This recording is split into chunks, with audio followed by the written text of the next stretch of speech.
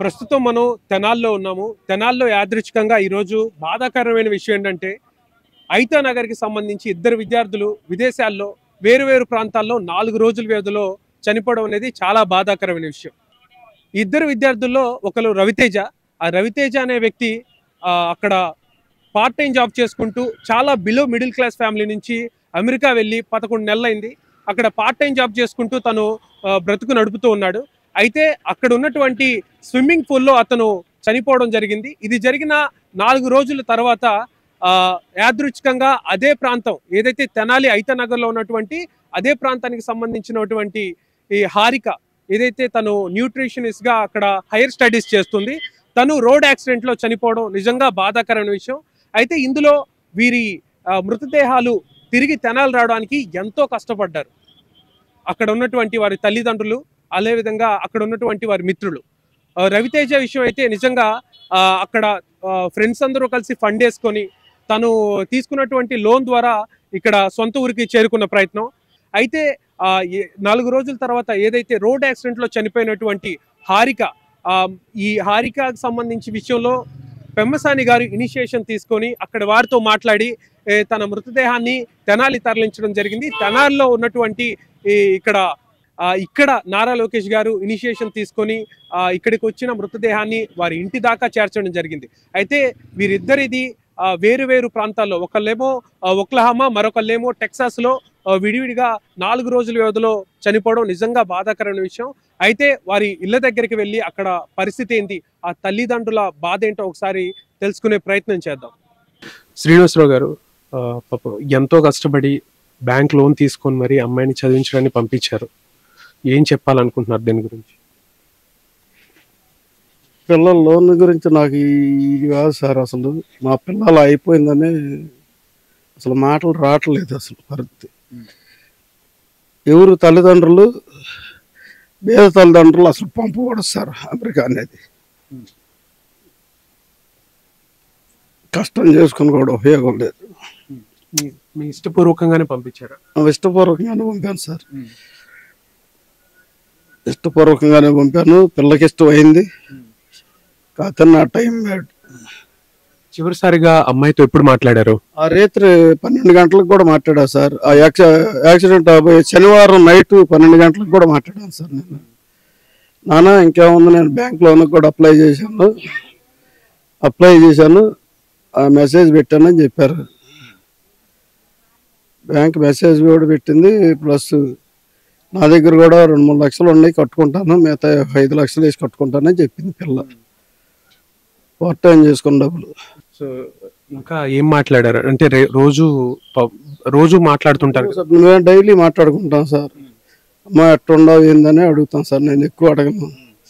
జాగ్రత్త అమ్మా, మనకేమొద్దు, జాగ్రత్తగా ఉండు అని చెప్పాను. కాకపోతే ఈ యాక్సిడెంట్ రూపాన మా పిల్లల్ని అలా తీసుకెళ్ళటం చాలా విచారకరం సార్. రవి గారు ఎప్పుడు వెళ్ళారు అమ్మాయి? ఆగస్టు 6వ తారీఖున వెళ్ళారు సార్. గత సంవత్సరం 2023 ఆగస్టు 6వ తారీఖున వెళ్ళారు సార్. మొన్న 21వ తారీఖు 7వ నెల 2024న మీ పాపాయి చనిపోయిందని చెప్పారు.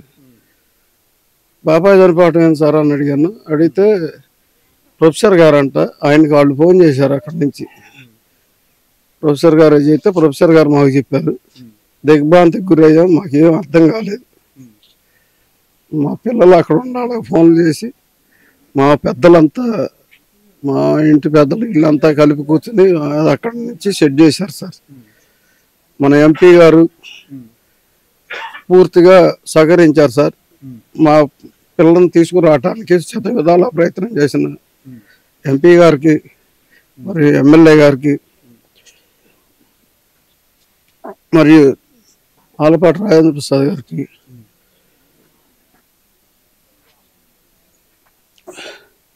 అందరూ వచ్చి పరామర్శించారు సార్.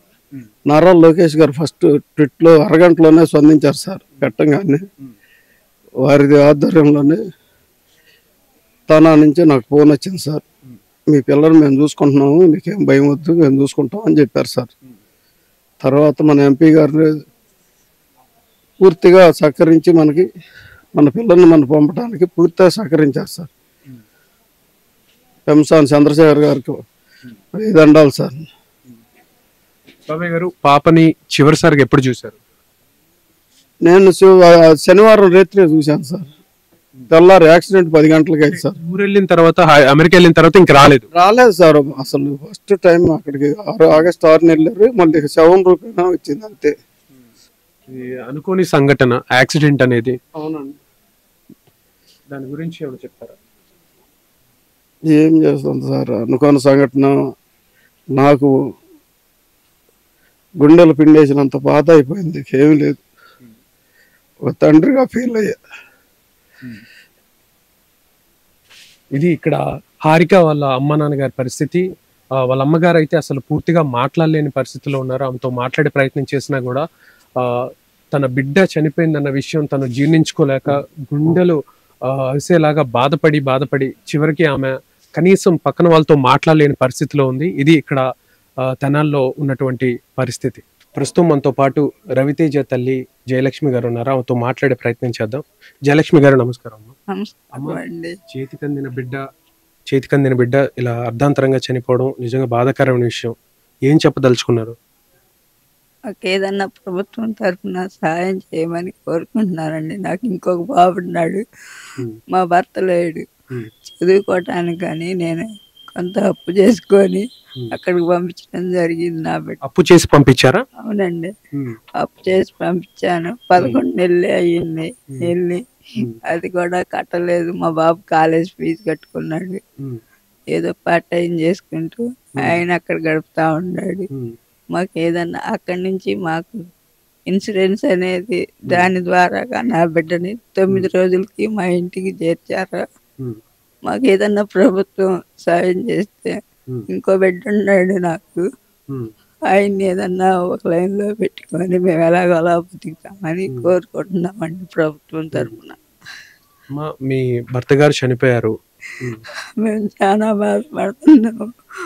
అది పేద కుటుంబం అండి. నేనేదో రోజువారీ కూలి పని చేసుకుంటూ నా బిడ్డ ఆశపడ్డాడని నేను అమెరికా పంపించడం జరిగింది. మాకు ఏదైనా ప్రభుత్వం తరఫున సాయం అందిస్తే చిన్న బిడ్డనన్నా ఒక లైన్ చేసుకొని ఎలాగలా బతుకుతామండి. గత సంవత్సరం ఆగస్టు మంత్లో యుఎస్ ఎంఎస్ చేయడానికి వెళ్ళాడు. భర్త కూడా లేడు. వారిది పేద కుటుంబం. రోజు కష్టపడితే కానీ వాళ్ళకి జరగని పరిస్థితి. అటువంటి వాళ్ళని పిల్లల్ని ఉన్నత స్థితిలో ఉంచాలని, వాళ్ళను అభివృద్ధి చేసుకోవాలని పంపించింది. చూస్తే పెద్దవాడు అయిపోయాడు. ఇంకొక కొడుకున్నాడు, వాడు ఇంజనీరింగ్ చేసి పూర్తయిపోయి ఉన్నాడు. ప్రస్తుతం ఏదో ఒకటి చూస్తున్నాడు జాబ్ కోసం అని. ప్రభుత్వం నుంచి ఏదైనా సహాయం కావాలని కోరుకుంటున్నాం. వాడి కుటుంబానికి ప్రభుత్వం చేస్తుందని ఆశిస్తున్నాము. ప్రభుత్వం తరపు నుంచి కూడా కొంతమంది ఇక్కడ మినిస్టర్ గారు వీళ్ళందరూ ప్రోద్బలం చేస్తున్నారు. చంద్రబాబు నాయుడు గారి దృష్టికి తీసుకెళ్తామని, మరి బాబు గారి దృష్టికి వెళ్ళి, ఇది లోకేష్ గారి దృష్టికి వెళ్ళి వారి కుటుంబానికి అండగా ఉండాలని, ఆర్థికంగా కానీ సపోర్ట్గా ఉండాలని కోరుకుంటున్నాము. అండి, అసలు నిజంగా స్విమ్మింగ్ పూల్లో చనిపోయారని చెప్తున్నారు. అసలు ఎలా జరిగింది, పూర్తి వివరాలు చెప్తారు? అక్కడికి మా బ్రదర్ ఇంకొకళ్ళు వెళ్ళి విచారించగా ఇద్దరు కలిసి స్విమ్మింగ్ పూల్కి వెళ్ళారు. వెళ్తే వారు 4 feet 8 feet అని 2 ఉన్నాయి పక్క పక్కనే. ఆ 4 feet ఆడుకుంటా 8 feet పడిపోయారు. వీళ్ళిద్దరికి ఈత రాదు. 8 feet పడిపోతే ఇంకొక అతను అటు కొట్టుకొని ఇటు కొట్టుకొని ఒక పక్కకు వచ్చేసి ఒడ్డుకి ఎక్కేశాడు. మా వాడు మునిగిపోవడం జరిగింది. ఆ అబ్బాయి చూస్తానే ఉండగా కళ్ళ ముందే మునిగిపోయాడు. వాడిని రక్షించలేకపోతున్నాను నా ఫ్రెండ్ని అని ఏమీ చేయలేక నిస్సహాయ స్థితిలో ఉండిపోయాడు. మా తమ్ముడు ఇంకొక అతను వెళ్ళి అక్కడ విచారించి అక్కడ అందరినీ కనుక్కొని ఏంటి ఎట్లా జరిగింది అని. ఎందుకంటే స్విమ్మింగ్ పూల్లో అంటే చాలా మందికి చాలా రకాలుగా డౌట్స్ వస్తున్నాయి. అందుకోసం మేము మా తమ్ముడు ఇంకొకటి కాలిఫోర్నియాలో ఉంటే వాడు అక్కడికి వెళ్ళి ఏంటి అట్లా జరిగింది ఏంది అని మొత్తం విచారించాడు. వాస్తవంగా విధి మమ్మల్ని వక్రీకరించింది. ఆ విధికి ఎవరు ఎదురులేరు కాబట్టి ఆ పరిస్థితుల్లో తను చనిపోవడం జరిగింది. అది వాస్తవమేనే. అంటే తను 6 అడుగులు ఉంటాడు, 8 అడుగుల నీళ్ళలో చనిపోయాడు. ఇది కొంచెం డౌట్ఫుల్ గా ఉంది.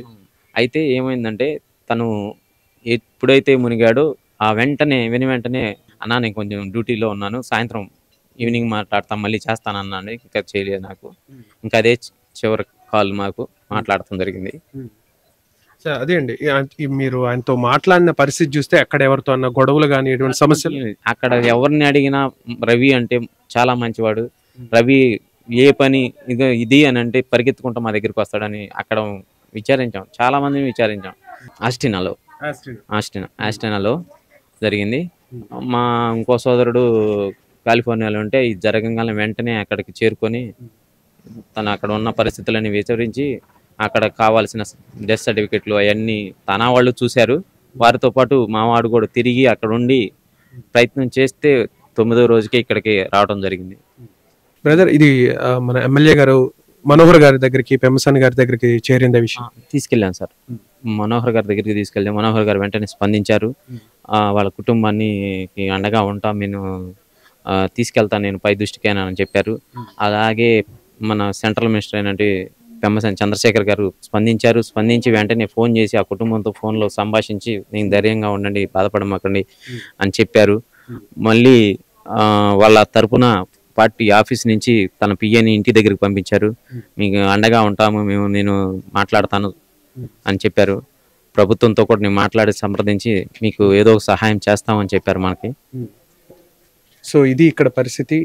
చేతికి అందిన కొడుకు 11 నెలలు క్రితం అమెరికా వెళ్ళిపోయి అక్కడ అర్ధాంతరంగా చనిపోయి శవంగా తిరిగి రావడం అనేది నిజంగా బాధాకరమైన విషయం. ఆ తల్లి బాధ చెప్పలేని విషయం. అయితే ఎంతో కష్టపడి అప్పులు చేసి అమెరికా పంపించారు బిడ్డని. అయితే అక్కడ అతను పార్ట్ టైం జాబ్ చేసుకుంటూ కష్టపడుతూ ఇంటికి కొంచెం పంపిస్తూ తనకు అక్కడ లోన్లు కట్టుకుంటూ జీవితం సాగిస్తున్న పరిస్థితి. ఇటువంటి పరిస్థితుల్లో అర్ధాంతరంగా అతను చనిపోవడం నిజంగా ఈ కుటుంబానికి తీరం లోటుగా ఇక్కడ ఉన్నట్టు కనిపిస్తోంది.